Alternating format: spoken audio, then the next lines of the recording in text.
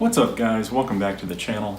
Today I'm excited to give you an update on my polyphasic sleep experiment. So I'm on day 8 right now and everything's been going really well. Adaptation was a lot faster than I expected. It was like 4 days and a lot of people were saying it was going to take like 2 weeks. I felt pretty rough on day 2 and 3, and then by day 4 it was like my energy levels just ramped up, and at this point on day 8 I feel great. I'm really energetic. I wake up well. The only time that I have trouble is the first 30 minutes after my core sleep.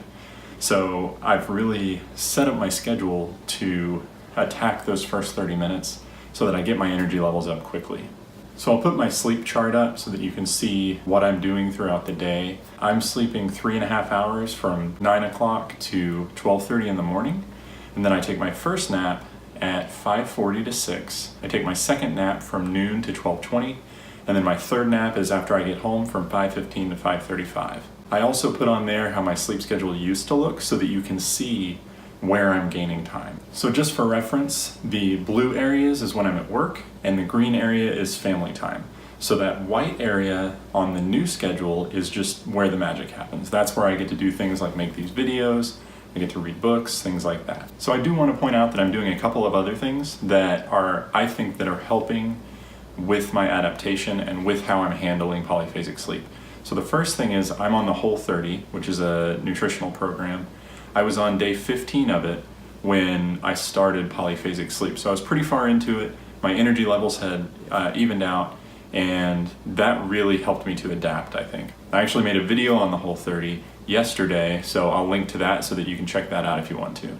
The other thing I did was completely give up caffeine. I did that on day 1, so that actually compounded my issues on day 2 and day 3, where I had a headache from the caffeine withdrawal, and I just had trouble staying awake. I was really struggling. But after those 2 days, I was fine. The thing that I'm loving right now about polyphasic sleep is the amount of productivity it gives me. I have so much time to do things like make videos. I've made 7 videos out of the last 9 days. I like to read productivity and effectiveness books and some leadership books. So I've been able to do a lot of that I wasn't able to do because I just didn't have time. I also want to share my sleep tracking. So I've been logging all of my sleep so that I can see where I'm oversleeping, when I have to shift things around, so that I can correlate that with how I'm feeling. If you're not doing this, I definitely recommend you do it. When I put this together, I had just logged it in a journal, and when I actually put it together on the spreadsheet, it really illuminated for me that I had some days in there where I was kind of getting off track. Overall, I'm staying on track pretty well, but there are a few cases where I overslept and things like that. The most oversleep I've had the entire week is 30 minutes. A 20-minute nap turned into a 50-minute nap because my alarm didn't go off. Other than that, it's been pretty good. The first 2 days on the chart indicate the 2 days before I started polyphasic sleep, so I had some late work nights, and I only slept 6 hours those 2 nights. And I started napping the second afternoon. I only got 6 hours of sleep those 2 nights, and then I took my first nap, kind of a pre-polyphasic sleep nap, at 3 p.m. the day before I started, to kind of get my body into the mindset of napping. After that, I kicked off the program. That first day I had a perfect schedule, so that's a good reference to look at the rest of the schedule. And then overall, pretty good. The only weird hiccup I had, one night I woke up in the middle of the night to take care of my daughter.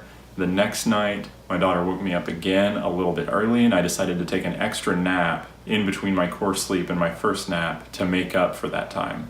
But overall, feeling pretty good. The other thing is, weekends are also a little bit of a struggle because I'm with my family. You'll see on the chart, the weekend days, I had quite a bit more variance in my naps because we're out doing things and all of that. But overall, it didn't affect me too much. I didn't notice that I was really fatigued or tired. Just another day.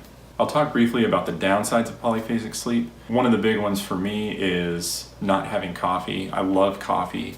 I've always loved coffee. My wife and I like to go to coffee shops and have our cappuccino, things like that. I just can't do that anymore because that little bit of caffeine can affect my next nap. So I had to cut that out completely, which really changed our routines. Also, a minor one is that bedtime isn't so flexible. I can't move bedtime back 30 minutes because that's going to affect how I feel the next day. And a very, very minor one is I forget what day it is sometimes. So the days kind of run together in a weird way. I've seen this in other videos. I just have trouble remembering what day it is. I'll get behind or ahead by a day because I have all this extra time and it throws off my internal clock. So I want to wrap up by talking about how I set myself up to succeed on polyphasic sleep. The biggest part of it for me, so I've done a lot of challenges in the past, physical challenges, running marathons, things like that. And what I've found is that there are 3 levels of commitment that you can have. And so in terms of polyphasic sleep, the first is, well, I'm trying out polyphasic sleep. Well, if that's your mentality, it's probably not going to work out. Because if you're just trying it out, you can quit anytime, there's no repercussions, you're not really committed to it. The next level is, I'm doing polyphasic sleep. You commit yourself to that activity, that's part of your routine, and that's pretty good, it's going to help you. But what I do when I'm trying something like this is my mentality is, I am a polyphasic sleeper. It's part of my identity. That is the vision for my life. And in terms of polyphasic sleep, it truly is the vision for my life because I'm so excited about the amount of time that I'm gaining that I want this to be a lifestyle for me. I want to be able to do this and gain 5 hours a day for the rest of my life because that's going to extend the amount of experiences and creativity that I can have. And it's going to increase the things that I can put out into the world for other people to consume. The other thing I do is I specifically try to get buy-in from the people around me. So if you do this and you don't talk to anybody about it, then you don't have any support structure for when you're struggling. So one of the things I do as my routine in the mornings is I do the dishes and I do some laundry. And that's not because I like doing those things. In fact, I hate doing dishes. It's like the worst thing in the world to me. It's like nails on a chalkboard. But I do it because it alleviates some of that pressure from my wife. So she was doing the dishes in the evenings after I got home from work. And I thought, if I can do the dishes in the mornings when she's asleep, then we gain that time back in the evening. I'm doing that because that helps me get buy-in from her, and then she supports me on this journey. Another thing I wanted to mention is what kind of reactions I get from people. So I kind of thought when I would talk to people about polyphasic sleep, they were going to shrug it off, they were going to think it was stupid. But what I'm finding is that people are really interested about it. And in fact, when I told my boss, he was like, wow, you have all this time in the morning to do things that you couldn't otherwise do? I want to try that. How do you do it? Where's the website? He's asking me questions about it. So that fires me up to do it even more because now I can spread the word and help other people get started. And the final thing, and this is in a lot of other videos too, is you've got to have something to do. You have to have something that's driving you to get up and get started in the morning. So my morning has this 5-hour window where I can do all the things that I otherwise wouldn't do because I'd be asleep. So one of those things is making these videos, another is reading some books, and then I want to start doing more exercise. So I want to exercise in the mornings before I start the video and the reading.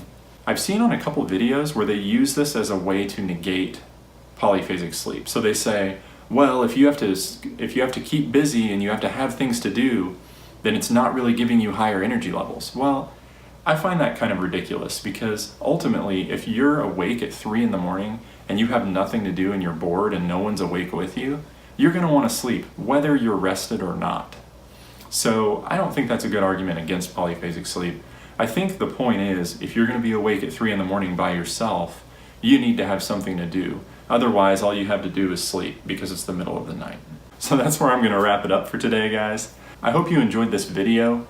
I'm going to continue to put out polyphasic sleep videos every week, so make sure and hit that subscribe button so that you can stay in touch and see those videos as they come out. Next week, I'll be talking about my morning ritual and what I do immediately when I get up and how I fire off the day right to maximize my productivity during that window where the magic happens. I hope you liked this video. If you did, hit that like button, and I'll see you tomorrow.